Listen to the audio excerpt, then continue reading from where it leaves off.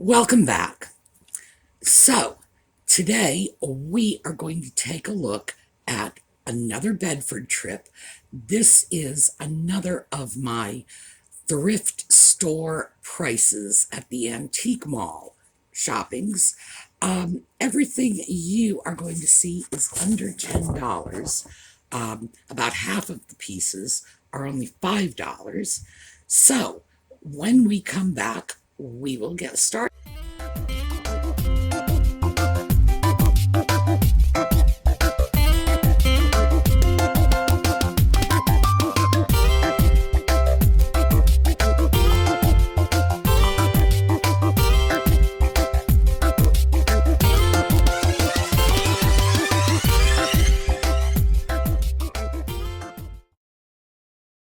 Okay, my glasses are dark because I just came in from outside. They will lighten up, but let's start right in with one of the first items I saw on this Bedford trip. Because as you know, I kind of have a routine of how I go through Bedford. And what I do is I head up to the second floor first. And that's because I want to grab all my little goodies out of Paul's cubbies up there because I get my best bargains there. But in order to get to the second floor, I have to pass right by Janine's booth, and that is another booth where I get some terrific little goodies. So, sort of my routine. Let's stop and see what Janine has, and then let's move up to the second floor. Well, this time I got a little waylaid because there were several little booths full of goodies that I was passing by. So let's start with the little pepper-shaped teapot that I showed in the teapot video. This is one of my recently acquired teapots. So let's take a look. Well, let's take a look at this little piece. This is a service for one teapot made in Japan. Let me show you. It's embossed right on the bottom. $8. I really like this piece. Frankly, one of the things I like about traditional Japanese art is the simplicity. Not a lot of color, and it's the design and workmanship that really sells the pieces. And this one, let's see if you can see this. With all of the reflected light, it's kind of hard to tell. The body of this teapot is shaped like a bell pepper. I mean, it really does look like somebody took a nice fat bell pepper, painted it brown, stuck on a handle and a spout, and said teapot. At $8, yes, it is coming with me. I've shown you overviews of Janine's little booth many times. I would say it is probably no larger than 8 by 10. And she has everything in there, from jewelry, reasonably contemporary jewelry from the 80s and 90s. These are cute little pieces, and I very often grab little strands of freshwater pearls from her shop, bring them home, stick them in little boxes, and whenever I find myself at a loss for a quick little present, I've always got those. And they do come in very handy because I don't know about the rest of you, but invariably I will have people on my just little gift giving list. It's not like big shopping for holidays or birthdays or whatever, but just little people. No, that's wrong. It's not little people. It's little gifts for people for whom you want to show your appreciation. You know, the receptionist at the doctor's office, the cashier at the bank, etc. And that's what I keep those little items for. But she has all kinds of things there. I tend to go for the vintage Japan items because she almost always has a piece or two. The prices are really good. The items are interesting, and her shop has good quality items. I don't ever go in there and say, well, this is junk. No. So I'm always happy to just scoot on through Janine's booth on my way upstairs. But there are several other booths on the way, and I found something interesting at one of the booths at the foot of the stairs, and I do show you where this booth is in relation to the stairs as I was filming. So let's take a look, because I'm not just going to show you what I purchased. I'm going to show you a few other interesting and reasonably similar pieces from the same booth. So here we go.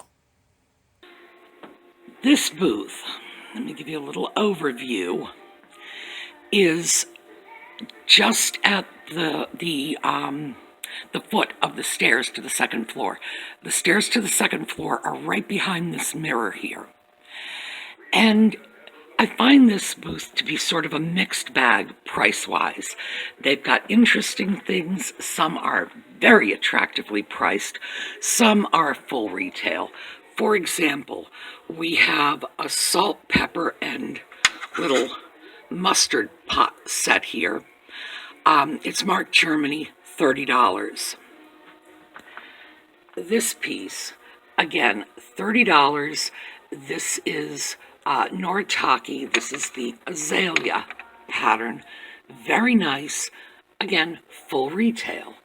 However, this little geisha ware set, which is marked cream, sugar, and saucer. No.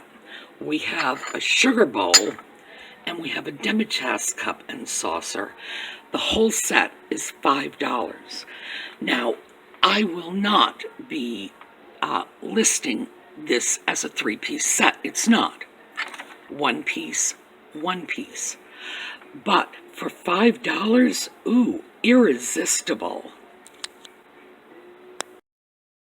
So we had two salt, pepper, mustard pot on caddy sets. One of them was German, I believe it was Bavarian, and the other was Japanese Noritake, because that's the azalea pattern, so we know this. This is a known quantity.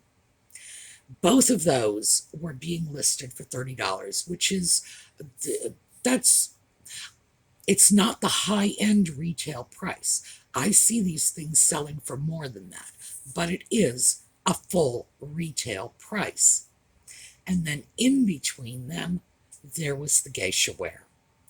Now, this was not a sugar creamer plate set. This was a geisha ware sugar bowl and a demitasse cup and saucer. I am separating them when I sell them because they're not the same pattern, and clearly it's not a creamer. I could hold the sugar bowl because I do see geisha ware creamers quite frequently, as a matter of fact, but I'm just going to offer up the sugar bowl by itself. It's a really nice piece, and we have geisha ware collectors. No two ways around that. And these are people who are actively looking for the better executed geisha ware pieces, and these is them. So I'm sure the geisha ware collectors will find it very interesting. Also, I keep sugar bowls around. I have a sugar bowl on Ezra, my stove, that has no lid, and it has a little dead ivy in it. I need to take that dead ivy out and put something else, not dead in there. But I find that a little sugar bowl makes a great little mini planter for something small, a little ivy, a mini orchid, whatever. One of our viewers does African violets, and I can really see that. But with a lid, I keep a sugar bowl with a lid in my bathroom, and I stick Q-tips in there or other little things that I want to cover because I don't want them getting dirty from the bathroom. And I'm only a little tiny bit of a germaphobe, not like a crazy germaphobe, but I have read studies about what happens in your bathroom.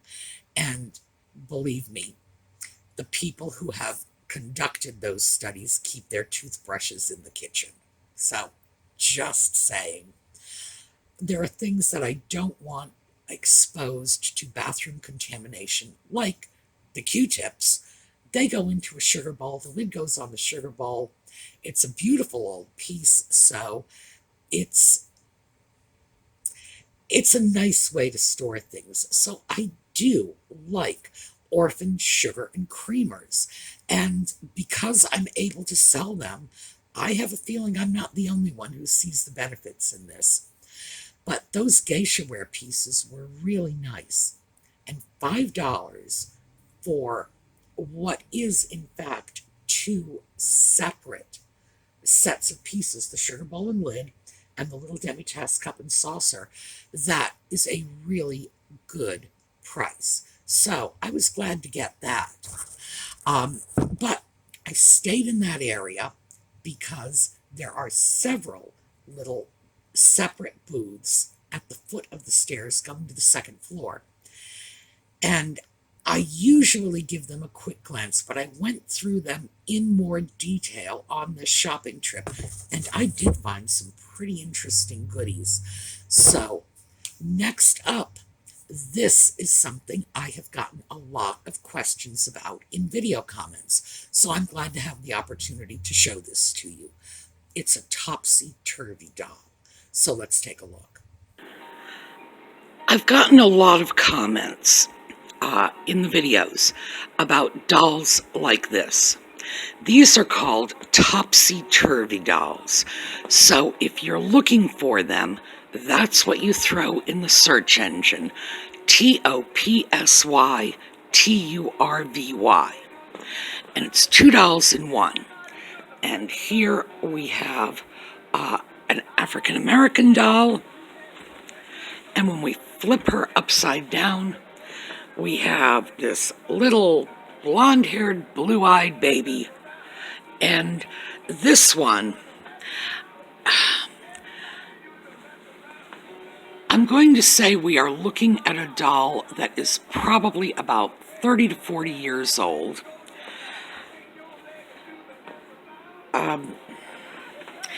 These dolls were often homemade.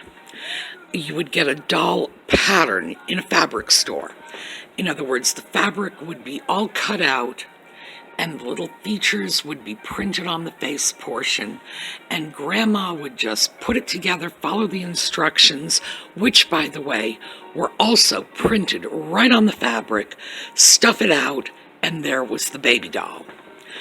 Very interesting little piece, but I am not taking it. It's $9.50, which is a good price, but still, I think there's at least, in terms of my market, the market for this is a little limited. So this particular Topsy-turvy doll is a black-white doll. One baby is white, the other baby is black. And as I was explaining when I had filmed this, you would go into a fabric store and they would have bolts of fabric, and you would get your piece of fabric, which usually consisted of about a yard of fabric. It would have the doll pattern on the fabric, so that one portion would have the doll and the doll's face, the other portion would have one of the dresses, etc. And Grandma would go buy this, cut it all out. Instructions would be printed right on the fabric, too. Stitch it all together, stuff it up, make a baby. It was the cutest thing. You can still do that. And those of you who sew and frequent the fabric stores, I'm sure you've seen them. It's not so much Topsy-turvy dolls now. You do see Raggedy Ann dolls still sold on the bolt for, cutting them out and stitching them up at home. You see animal-shaped throw pillows. I saw several of those the last time I was in a fabric store. So this was actually a thing. Additionally, they had plastic topsy-turvy dolls. And this would be a regular plastic doll head. Oh, and they also had them in porcelain because this is a concept that goes way back. The doll head and upper body. So you've got the doll head, the torso, the arms, and then another doll head attached the same way as with that cotton topsy-turvy doll. Some of the better known dolls were things like the rich and poor Cinderella dolls. So you have Cinderella in the rags, and then you flip it over, and then it's Cinderella going to the ball. Very common. You would also have things like, for example, sister dolls, where one doll was on one side, the other doll was on the other. They would look very much alike. It was $2 for the price of one, so to speak, and they capitalized on the fact that, antique fashions meant a long skirt and you didn't see the feet. I did want you to get a chance to see those because people have asked about them. If you have a fondness for dolls like that, they're readily available on eBay and in many different configurations. The black-white ones, the rich-poor Cinderella, etc., etc. So that's a topsy-turvy doll. She did not come home with us, though. Next up, this is a really highly collectible little area, a very discreet segment of the porcelain market that you should be aware of. Next booth over, however, Little Japan salt and pepper shakers, 2 little Scotty dogs, $5. Oh yes, for pieces like this, Scotty collectors, that is just a huge, huge market. And on top of it, we have some adorable little dogs. So, easy call. That's right, Scotty dogs. Scotty dogs are so big with collectors. First of all, people who like Scotties, boy, their whole life is wrapped up with Scotty stuff. It really is. I have a friend like this, and I know. These little pieces, in this case, they were just tiny little itty-bitty, salt and pepper, I believe. $5. The market for this is the Japanese porcelain market, the Scotty dog collectors, salt and pepper collectors, and if I had to guess, I would say my buyer is going to be a Scotty collector because Scotty collectors love vintage Scotty pieces. Now those are white Scotties, which I guess means they're Westies instead, but it's the same market. So be aware if you have your choice of half a dozen little figurines and one of them is a Scotty, that's the first one to buy because that's the first one you're going to sell. Oh, and they sell for good prices too. All right, next up, I took another step down, found another booth. This booth had a 20% off sign, but I took the items out of that booth and brought them over to another booth where there was some nice counter space so I could film them and show them to you. So let's take a look at these. Well, we have found a 20% off booth. So let's scoot over here and see what's coming home. This at $8 and of course 20% off is a German tray. very pretty. I think we're looking at about 12 inches long. Old. Remember, we can tell by the type of gilding they used. I am guessing we are probably looking at a piece that's at least 100 years old. So antique. Really nice. This piece, which is a Japan piece, is $5. The 20% off makes it $4. It's a little kitty. We have our foil Japan import sticker, and it's listed as a holder. So take a look at that little holder and guess what it was intended to hold. Yes, a cigarette.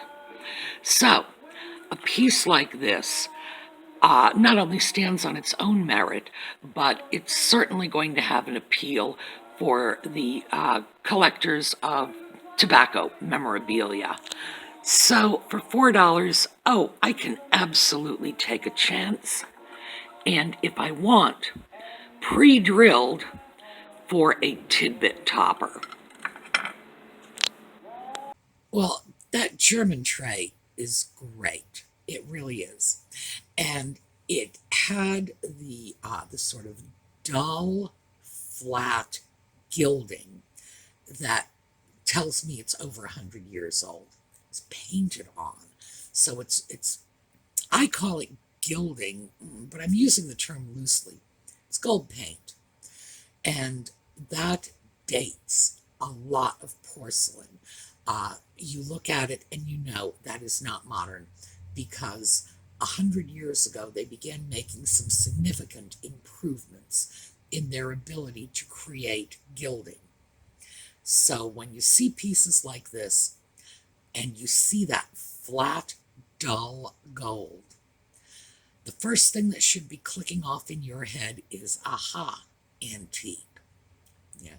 So the other piece was 50s, a sign of the times. Half the population of the United States smoked in the 50s. We've discussed this before. That's just, the demographic was half of us smoked. So we had a great many little contrivances like decorative ashtrays, or in this case, a little kitten that would hold a cigarette. I have no idea why you would want a cat that would hold one lone cigarette, but it was a thing. It was common enough to have something like that, and the little cigarette would just be perched in the little holder, and who knows? I can't begin to tell you what they would have done with it after that, because I honestly don't know. I remember seeing these items in the 50s, but because I was a child, and even though most people were smoking, ordinarily people made an effort not to hand cigarettes to little kids. So I might have seen the items, but it wasn't likely I would have ever seen them in use, because the adults were not completely irresponsible with their smoking. It wasn't something they would say, here's the 5-year-old, come let me show you how this works. Too bad, too, because I'd like to know now. But this whole area of tobacco collectibles, this is an established market. There are people whose entire business is catering to this market, and they do very well. And in general, these pieces really sell nicely. So I would say to you, if you find interesting vintage, gotta be vintage, cigarette-related pieces, take a look. Because certainly, now what was that cat? That cat was $5, and it was from a 20% off booth. So that little cat was $4. Absolutely, I'm perfectly willing to take a chance on a piece like that. Because as I say, I know the market is out there. And also, like the little Scotty dogs, that cat will also appeal to the cat collector market. So that one was a piece I was glad to have found. Um, so, next up, I finally did make it upstairs, but just grabbed one thing and then had to scurry back down again. I left my phone at the cash register when I brought all of the stuff I had acquired on the first floor over to the register so that I didn't have to take it upstairs. Left my phone behind. Didn't realize that until I picked up this item. Okay, we are filming this down at the cash register because I left my phone here and had to come back downstairs for it. This piece is something I found upstairs. It was in one of Paul's cubbies, and this is a vintage picnic basket handbag. $5. The condition is really wonderful. This is not the sort of piece I ordinarily deal with, but how could I say no? So, absolutely, this is going to be coming home with me. Now, I do not ordinarily deal in handbags, clothing, accessories. I tend to deal more in porcelain and china, as you know, because you watch the videos. But when I do see something unusual, and this little picnic basket purse was unusual and in really good condition. So we have, the best of both worlds. When you're looking for vintage handbags, there are some that will sell huge. There are some that are just worth a fortune. You can go online and take a look specifically at the kinds of pieces that will sell and sell for good money. And in general, this is just in general, you want an item that is in usable condition because the buyers of these handbags want to use them. You very rarely find handbag collectors, the people who put their handbags up on shelves and say, here, look, this. No. The people who buy handbags are buying them because they would like to use them. They would like a certain handbag for a certain outfit. They're very often, not always though, there is an overlap between this and the cosplayers, and we've talked about that. These are people, usually younger people, who dress up in historical or period costumes. They have conventions where they do this. There are many of them on YouTube who are showing sewing techniques to make these outfits, and you get yourself one of these sort of quasi cosplay seamstresses, the kind of women who say, yeah, I show up for work every day dressed like a 40s starlet. Hey, it's God bless them for their courage. I don't know if I could do that, but I have to tell you, if I worked in an office where somebody did dress up like Lana Turner every day, I would look forward to going into work in the morning. Somebody like that is going to see this picnic basket handbag, and they are just going to say, ooh, mine. So that's going to find a home. But again, good condition. Always. And that's just what I say about everything I buy. You want good condition. And something unusual, a little off the beaten path. All right, so that's what we have today. I have much more from this same trip. Again, my cutoff point was $10. The only two things that were over $5 here was that little pepper teapot, that little brown one shaped like a pepper. That was $8. And the German tray, that antique tray, that was also $8.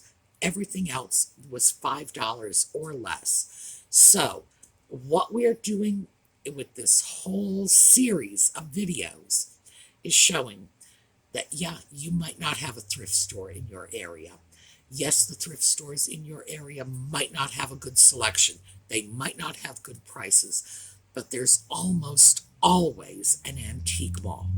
And if you shop carefully at your antique mall, you can get thrift store prices. You really can go to your antique mall, buy things at such good prices that you can turn around and resell them on eBay, Etsy, Poshmark, whatever, and make a decent profit.